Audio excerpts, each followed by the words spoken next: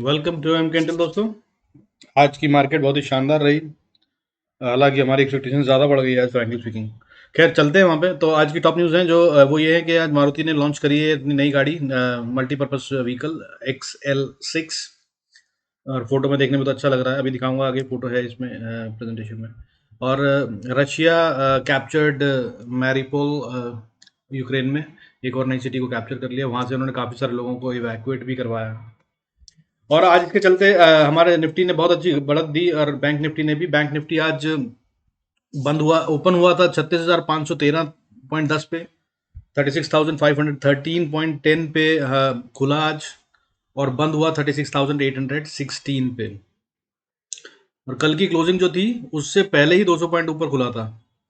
कल बंद हुआ था 36,314 पे, आज ओपन हुआ 200 पॉइंट ऊपर 513 पे। और उसके ऊपर 300 पॉइंट क्लोज हुआ 36,816 पर। और निफ्टी ने भी आज बहुत बढ़िया नंबर दिखाया, लगभग 1.5% के आसपास की। बैंक निफ्टी में 1.38% की बढ़त हुई, और निफ्टी में वो 1.5% की, 1.49% की। तो निफ्टी कहाँ पे बंद हुआ था कल? 17,136 पे। और आज ओपन हुआ कहाँ? 100 पॉइंट ऊपर, 17,234 पे। और क्लोज कहाँ हुआ? और ऊपर 17,392, 17,392.60 पे। गुड डे था, बहुत ही शानदार रहा। हालांकि आगे एनालिसिस में बताऊंगा मैं कि कहाँ पे हम चूके, और क्यों हम, मैं आज बड़ा प्रॉफिट ले सकते थे, हम नहीं ले पाए। बट फिर भी अच्छा कमाया, क्योंकि मैंने जो पॉइंट बताए थे, लेवल बताए थे, उसी लेवल के पार चला गया और खड़ा हो गया। तो मतलब फिर बुलिश हो जाइए, बिंदास बिंदास। और उसके बाद तो फिर अच्छे खासे 100 पॉइंट दिए हैं इसने। आइए देख लेते हैं बाकी की खबरों को। आज Russia test launch the new intercontinental ballistic missile Sarmat. मतलब इंटर कॉन्टिनेंटल, एक कॉन्टिनेंट से दूसरे कॉन्टिनेंट तक वो मार कर सकती है। हम एक देश से दूसरे देश की बात करते हैं, वो कॉन्टिनेंट की बात कर रहे हैं, ठीक है। Further Putin says that new Sarmat missile will provide food for thought for those who try to threaten Russia. वो लोग जो धमकाने की सोचते रहते हैं या कोशिश करते रहते हैं रशिया को, ये मिसाइल उनको दिखाने के लिए लॉन्च करी है। That's what he means Hindi में सिंपल के। अब उनको जरा सोचना पड़ेगा, उनके लिए भोजन है ये, सोचें विचारें before they try and threaten Russia. मैंने बताया उससे पहले आपको, रशिया कैप्चर्ड मैरीपुल। वहां से उसने इवैक्यूएट करे हैं 1.42 लाख सिविलियंस को, उसने सुरक्षित बाहर निकाल दिया और उस पर कब्जा कर लिया है। फर्दर टाटा स्टील कंपनी ने आज एक बड़ा डिसीजन लिया, जिसके तहत में और ये सिर्फ कंट्री का ही नहीं है, और सिर्फ टाटा स्टील का ही नहीं है, ये ग्लोबल भी हो जाता है। Because Tata Steel has stopped coal imports from Russia. Why? Due to the difficulty in transactions. क्योंकि वो स्विफ्ट से हटा दिए गए हैं, वो पैसे कैसे दें and all that stuff, as you know, complicated things. तो आज से Tata Steel has stopped importing coal from Russia. उनका 15% coal of total requirement used to come from Russia. So now they will not ask for it. They will try and arrange it from somewhere else. Maybe this is also a good news for Coal India. Coal India को आने वाला एक साल बढ़िया होने वाला है कोल India के लिए।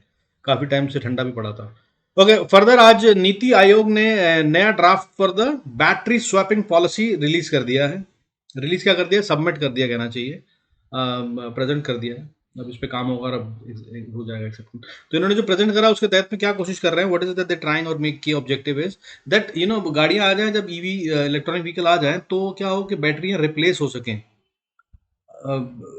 इंस्टेड ऑफ गाड़ी रुके, चार्जिंग हो, फिर जाए, बजाय उसके ऐसे पंप बने कि बैटरी ली आपको, दूसरी दी, आप निकलो आगे, जैसे पेट्रोल भरवाते हो वैसे। और वो बैटरी आपकी जहाँ भी पंप पे आप रुके वहाँ चार्ज होती रहेगी, कोई दूसरा आएगा उसको दे दी जाएगी। That's how.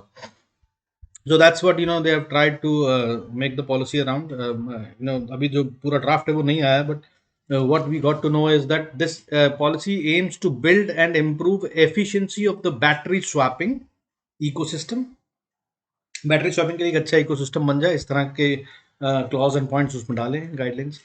Further the key objective is to encourage the partnership among the providers and battery life cycle. मतलब बैटरी की लाइफ साइकिल बढ़ जाए, और अलग अलग कंपनियां, अलग अलग कंपनी की बैटरियां दे रहे हैं, तो वो आपस में कैसे रहेंगे और उनको कैसे काम करना है। That's what this policy will take care of, which seems to be a good one. Further, big one today, Maruti launched this one. खूबसूरत लग रही है फोटो में तो देखने में, बाकी शोरूम में जाके देखेंगे कैसी लगती है। XL6, this is multi utility vehicle, multipurpose vehicle, मतलब XUV टाइप्स है। थोड़ा छोटा रहेगा बट थोड़ा सा है, कुछ अच्छा लग रहा है। गाड़ी तो देखने में बढ़िया लग रही है। बूट और इसका अब पता नहीं वैसे XUV में आएगी है कि सेडान, सेडान तो नहीं है। बूट स्पेस तो वैसे है, पता नहीं स्पेक्स आते हैं तो देखिए, बट देखने में बढ़िया लग रही है गाड़ी, आई थिंक गुड। बट कितने लोग खरीदेंगे वो एक अलग बात है ना। Things have changed, looking at the price of crude and the fuel, let's see, but the गाड़ी looks good at least in picture. Have a look. Okay, let's move on further. आज FIS ने कुछ खास selling नहीं करी है, 713.70 करोड़ की है। इसे तो मैं कहूँगा कि कुछ भी नहीं है, नहीं करी उन्होंने इनफैक्ट। मतलब 713 करोड़, जो 6,000 8,000 करोड़ बेच रहे थे, वो 713 करोड़ बेचते हैं तो कोई फर्क नहीं पड़ता, क्योंकि उन्होंने अगर इतना भी कर दिया तो हमारी मार्केट बहुत ऊपर चली जाएगी। So that's how market have moved. और फर्दर इसके 713 करोड़ की सेलिंग के अगेंस्ट में हमारे DIS ने क्या करा है भाइयों ने, बाइंग करी है 2,823.43 करोड़। ठीक है, और इस तरह से अप्रैल मंथ का जो टोटल कंसोलिडेटेड फिगर हो गया है वो है FIS की सेलिंग ऑफ 26,744.51 करोड़, 26,744.51 करोड़, और DIS की बाइंग है 19,537.14 करोड़, और ईयरली फिगर हो गई है 1,57,092.24 की सेलिंग, और DIS की बाइंग जो है वो हो गई है 1,23,226.64 करोड़ की। तो निफ्टी और साथ में बाकी के फिगर्स, आज 1.49% निफ्टी ने बढ़त दिखाई। प्रीवियस क्लोज 136.55 था, और आज का क्लोज जो है वो 17,392.60 पे हुआ है, which is a gain of 256 point, 256 point का गेन हुआ है आज निफ्टी में। उसके मुकाबले अगर बैंक निफ्टी देखा जाए तो बैंक निफ्टी में गेन जो हुआ है वो सिर्फ 501 पॉइंट्स का हुआ है। हालांकि ये भी परसेंटाइल में 1.38% बनता है। कल ये बैंक निफ्टी स्पॉट की बात कर रहे हैं हम, कल बैंक निफ्टी स्पॉट जो है वो बंद हुआ था 36,314, 314.90 पे, तो 36,314 पे बंद होकर आज की क्लोजिंग कहाँ हुई है? आज की क्लोजिंग हुई है 36,816.10 पे, which is a gain of 501 point. That was a good one, और इसने मार्केट को बढ़िया से खूबसूरती से रंग दे दिया, हरे रंग का। नो, किसने डाला हरा रंग आज तो, मगर आ गया मजा। ठीक है, आइए लेट्स मूव ऑन। और ये मुझे लग रहा है कि अब थोड़ी बुलिश हो गई है। अगले 2 दिन के लिए, मैं 2 नहीं, इनफैक्ट गारंटी तो मैं एक ही दिन के लिए पाऊंगा, कल भी बुलिश रहेगी शुरू में तो कम से कम, और कुछ लेवल्स हैं जिनको ये अचीव करेगी ही करेगी before, even if it has to fall, जो कि लग नहीं रहा। कल भी मैं कह रहा था कि लग नहीं रहा, मैं अभी भी बुलिश साइड पे हूँ। हालांकि डेटा बहुत बियरिश बन गया है, पर मैं था के हक में कि अभी कमजोरी तो नहीं आई है, बट डेटा बहुत स्ट्रांग बन गया है बियरिश साइड का। बट अभी हम ऊपर जाएंगे, और अभी फिर से मैं वही कह रहा हूँ, हालांकि हरामी कैंडल बना दिखाते हुए मैंने बताया था कि इसका मतलब ये है कि कोई भी अभी जीता नहीं है, और वॉर कल होगी, जो कि आज इतने स्मूथली हुई कि भैया मुझे लगा ही नहीं कि वॉर हुई, और उसी की वजह से प्रीमियम एक्चुअली में जो मैंने कहा था उड़ेंगे, उड़ा दिए। इतनी smoothly, slowly slowly slowly slowly slowly बढ़ी है मार्केट, कि वो जो आपके प्रीमियम्स थे ना ऑप्शंस के, वो दोनों तरफ के गले, कहीं कोई बड़ा गेन नहीं ले पाए, except for the last movements जो हुए। पहला वाला जो हुआ था वो 1:30 के आसपास, 2 बजे के आसपास, जहाँ पे प्रीमियम में थोड़ा सा गेन आया, 50-100 पॉइंट से ज़्यादा का गेम नहीं आया किसी ऑप्शन में, अगर आपने खेली हो तो। 200 से लेकर 500 तक की ऑप्शंस के बीच में मैंने ट्रेड किया था, और किसी में भी 100 से 150 पॉइंट का गेन नहीं आया। हाँ, जो कॉल ऑप्शन है वो अगर आपने राइट वाली खरीदी होती, सुबह मैंने जो 60 रुपये वाली खरीदी थी, वो 190 पे बंद हुई है बैंक निफ्टी की, वो थी 36,700 की। ठीक है, तो वो वाली, और उसका उसका मतलब क्या है, मतलब आप समझते हैं, मैंने सुबह में वो खरीदी थी करीब 10:30 बजे, और शाम को 3 बजे के आसपास, 3:15 के आसपास इसने 199 टच किया था। मतलब पूरा दिन आप एक ट्रेड में लेके बैठे रहो तो कितनी समझदारी होती है मुझे नहीं पता, बिकॉज ऑप्शंस में खास तौर पे that too on day of expiry, अगर आप ज़्यादा देर होल्ड करते हैं तो वो तो टाइम वैल्यू खा जाएगी आपकी, तो वैसे ही गेन नहीं होगा। तो इस तरह से बढ़ाई गई हैं प्रीमियम्स आज। ठीक है, मतलब उड़ाए गए हैं इनफैक्ट बढ़ाए जाने के बाद। तो वही रहा, और बाकी मैंने जो बताया था वो लेवल्स बहुत काम आए, 17,300 के अब हम बुलिश हो जाएंगे मैंने कहा था, और बैंक निफ्टी में मैंने बताए थे लेवल्स। और अच्छा, ये हुआ क्यों आज? आपको पता है कि आज मैनेज हुआ है मेरे हिसाब से फिर से, जैसे कल करा गया था। क्यों? आज बड़े वाले गेनर्स थे कौन? HDFC bank, Reliance, Infosys. इन्फोसिस सारे टीसीएस, इन्फोसिस आईटी में अच्छा उछाल आया है। इन्फोसिस ने आज लगभग 2% का गेन पाया आज। रिलायंस ने 2.34% का गेन, 2.34% का गेन। और उसके बाद अपना टाटा पावर साहब ने तो कमाल कर दिया आज, 3.69% का गेन था आज उनका ओवरऑल में। तो मतलब, और कोल इंडिया जैसे कि मैंने बताया था बहुत अच्छा चल रहा है। कोल इंडिया ने भी अच्छा खासा 4% के 3.92% का गेन आज दिखाया, 7 रुपये का, 200 रुपये का शेयर जिसमें 8 रुपये बढ़ जाए, 7 रुपये 80 पैसे बढ़ा है आज। तो मतलब वाव है। तो this is how it was. और फिर हालांकि गिरने वालों में भी थे, एल एन टी इन्फोटेक आज गिरा है, that's also big shot in Nifty 50।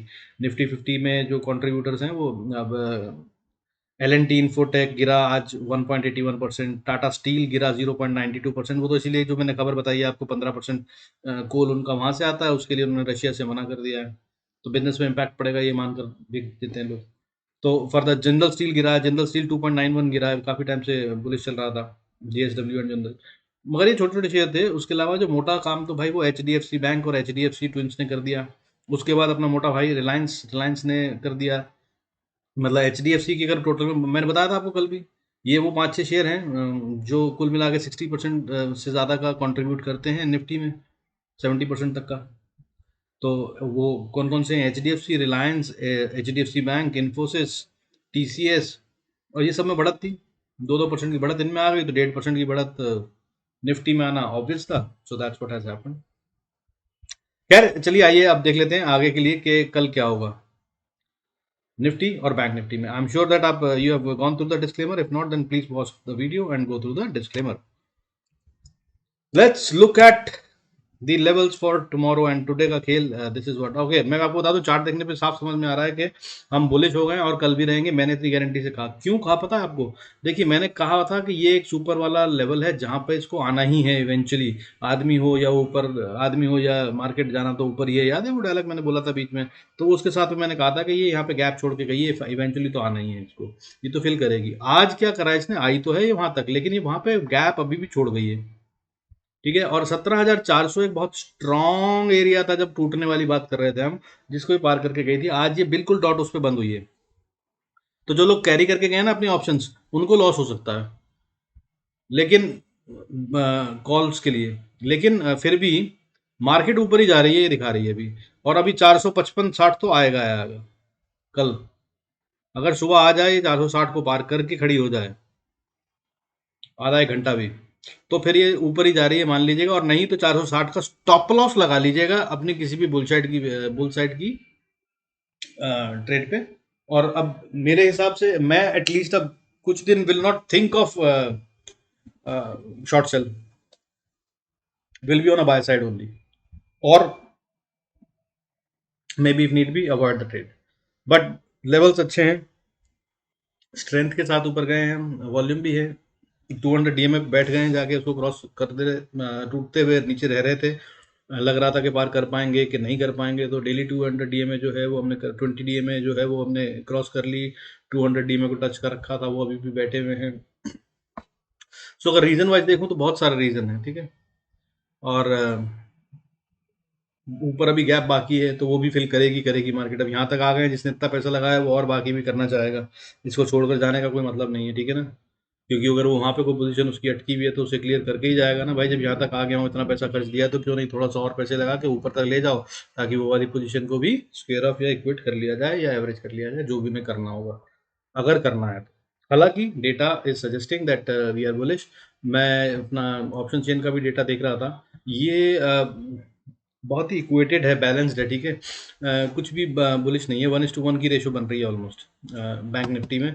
और निफ्टी में भी बहुत डिफरेंट नहीं है, ऑलमोस्ट सेम सा ही डेटा बन रहा है। और वो होता भी है इनफैक्ट एक्सपायरी की वजह से, है ना। बट थोड़ा सा जो पुश दिख रहा है वो ऊपर की साइड पे दिख रहा है। करीब 12 लाख का कॉल मंथली, अप्रैल मंथ की बता रहा हूँ मैं, 11,54,000 का पुट साइड पे ओपन इंटरेस्ट है, और 10,14,000 का open interest in call side है फॉर फॉर निफ्टी, ठीक है। और जो बैंक निफ्टी है उसके लिए भी अगर आप बात करें तो वो बिल्कुल बैलेंस्ड है। इसमें 1 लाख का फर्क है, जो कि बहुत नहीं होता आमतौर पे, ज़्यादा हो तो देखते हैं। यहाँ पे 9,41,000 का ओपन इंटरेस्ट है पुट साइड में, और 9,39,000 रुपये का डिफरेंट कॉल साइड पे ओपन इंटरेस्ट है, मतलब आप समझिए कि बहुत ज़्यादा नहीं है। और मैं नंबर्स भी देख रहा था, सीरीज में भी बहुत ज़्यादा अंतर नहीं दिख रहा है। तो अभी मतलब डर तो नहीं है कि नीचे तो नहीं जाएगी, ठीक है। और ऊपर क्योंकि जाने के लिए कई कारण हैं, जैसे कि गैप पड़ा हुआ है, वो फिल करना है, स्ट्रेंथ बहुत अच्छी है, मोमेंटम बहुत अच्छा है, अभी तक कहीं से भी वीकनेस नहीं आई है, और एवरेजेस बहुत अच्छे से बता रही हैं। तो कल भी हम पॉजिटिव ही रहेंगे, एटलीस्ट फर्स्ट हाफ तो हमारा बुलिश ही दिख रहा है मुझे।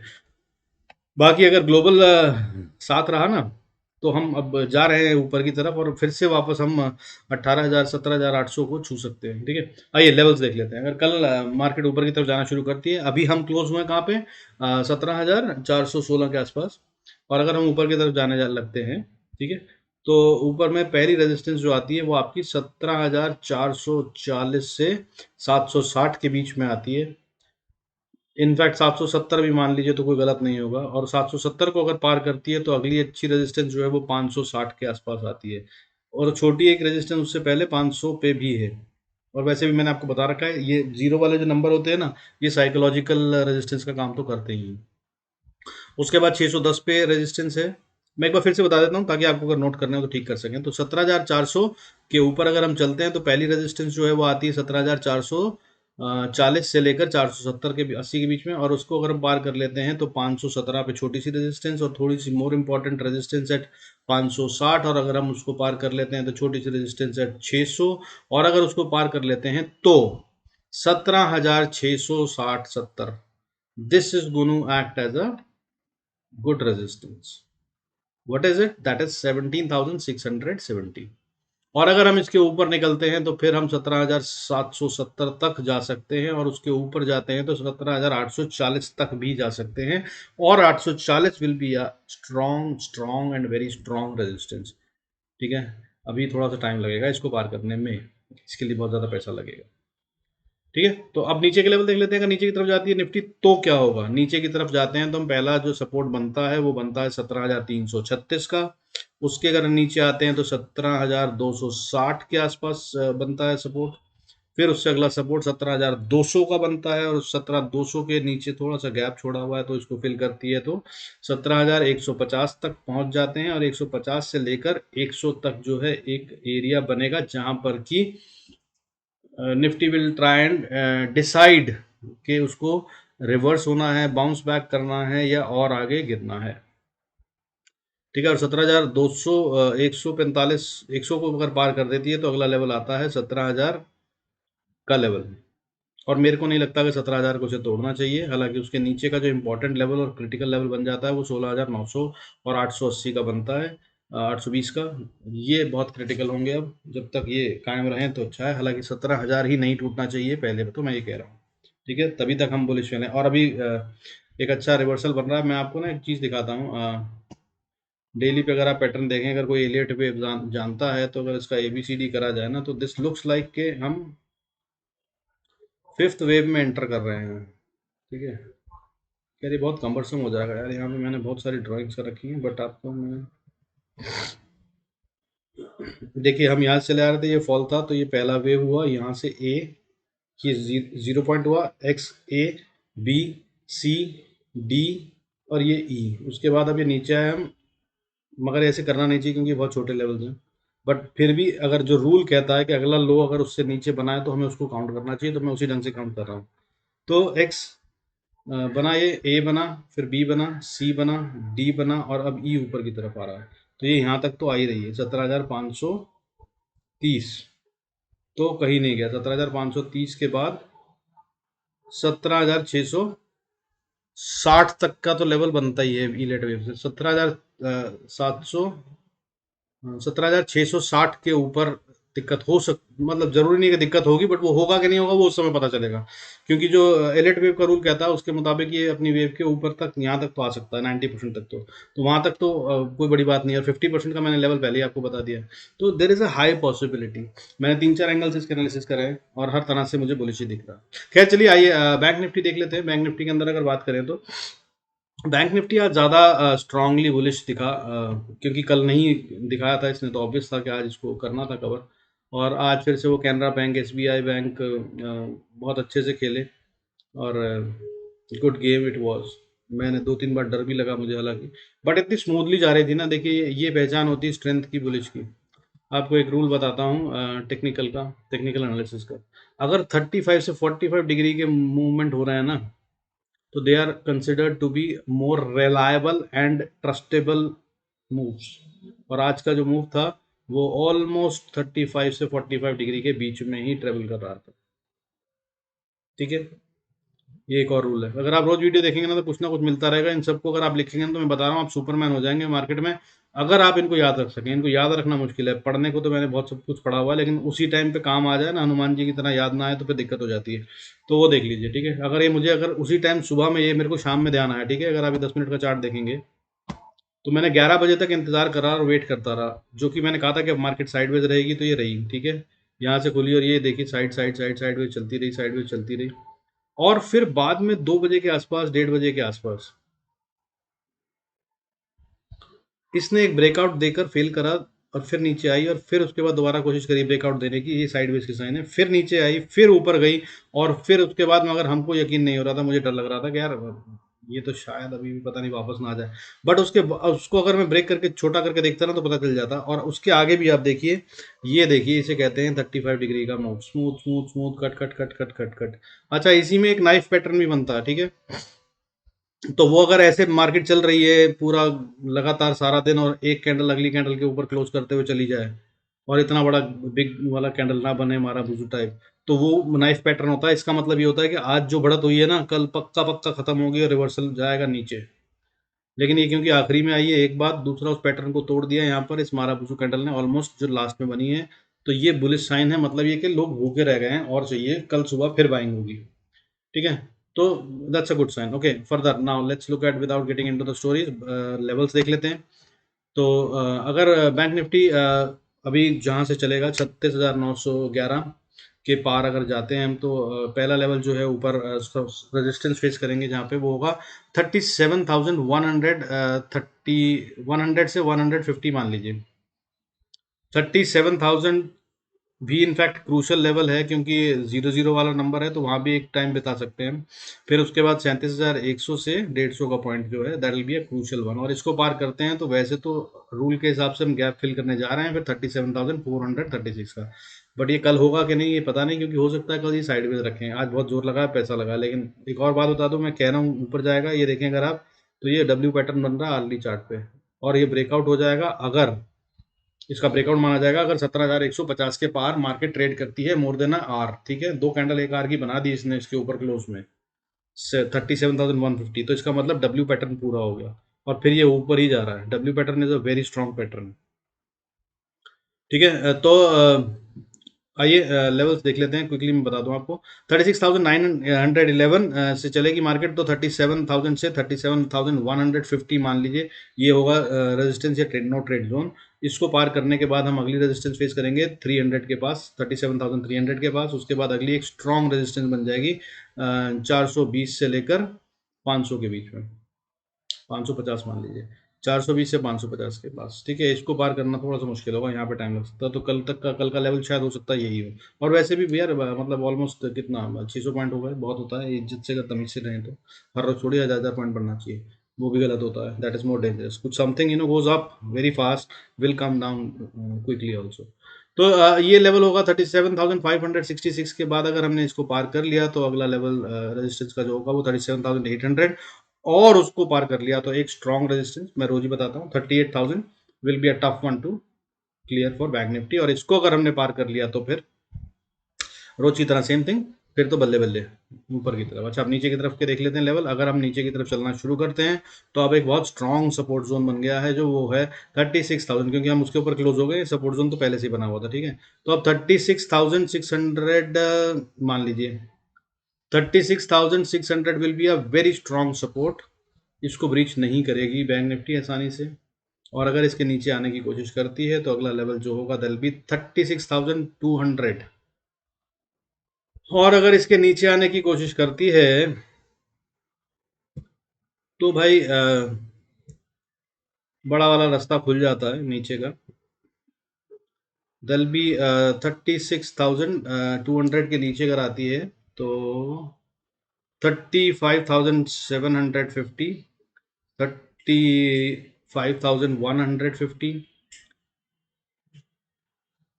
और उसके बाद 34,500 तक के लेवल खुलते हैं और उसके बाद टॉप मोस्ट क्रिटिकल लेवल, इसको तो हम ब्रेक करेंगे नहीं। मैं आपको मतलब क्या गारंटी तो शेयर मार्केट में दे नहीं सकते। जिस आदमी ने सोचा कि मुझे सारा ज्ञान मिल गया, गारंटी दे दूंगा और ऐसा ही होगा जैसे मैंने सोचा, वो जरूर डूबा है शेयर मार्केट में, ये भी याद रखिएगा। तो इसलिए मैं गारंटी तो दे नहीं सकता हूँ, but this is a very very very crucial support मेरे हिसाब से। जब भी यहाँ आए तो आप भाई एक अटेम्प्ट जरूर लीजिएगा अपसाइड का, यहाँ से जरूर बाउंस करेगा। द लेवल इज 34,300 से 400 की रेंज। 300 से 400 भी मत मानिए, मैं बोल रहा हूँ 350 से 450 मानिए।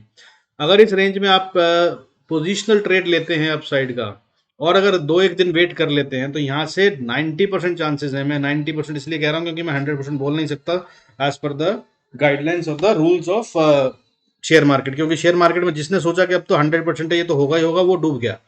और मैं नहीं डूबना चाहता, इसलिए कभी 100% सोचता नहीं, तो इसलिए 90% बता रहा हूँ। अदरवाइज मतलब मेरा दिल पूरा 100% के लिए है। दैट इज कि अगर 34,400 के पास मार्केट में आए बैंक निफ्टी में, तो बॉस एक अटेम्प्ट जरूर लीजिएगा बुलिश ट्रेड का, रिवर्सल का। और वो अगर आपका सही चल गया और यहां से जो मैं कह रहा हूं जिस रूल के हिसाब से इसको रिवर्सल लेना चाहिए, अगर इसने लिया तो ये सीधा कम से कम आपको 1,500-2,000 पॉइंट बैंक निफ्टी में देगी। अगर आपने मंथली ऑप्शन खरीदी 2,000 पॉइंट, मतलब आप समझ रहे हैं ना कितना पैसा होता है। अगर आप ट्रेड करते हैं तो 2,000 पॉइंट इंटू 25, सीधा सीधा 50,000 रुपया एक लॉट पे।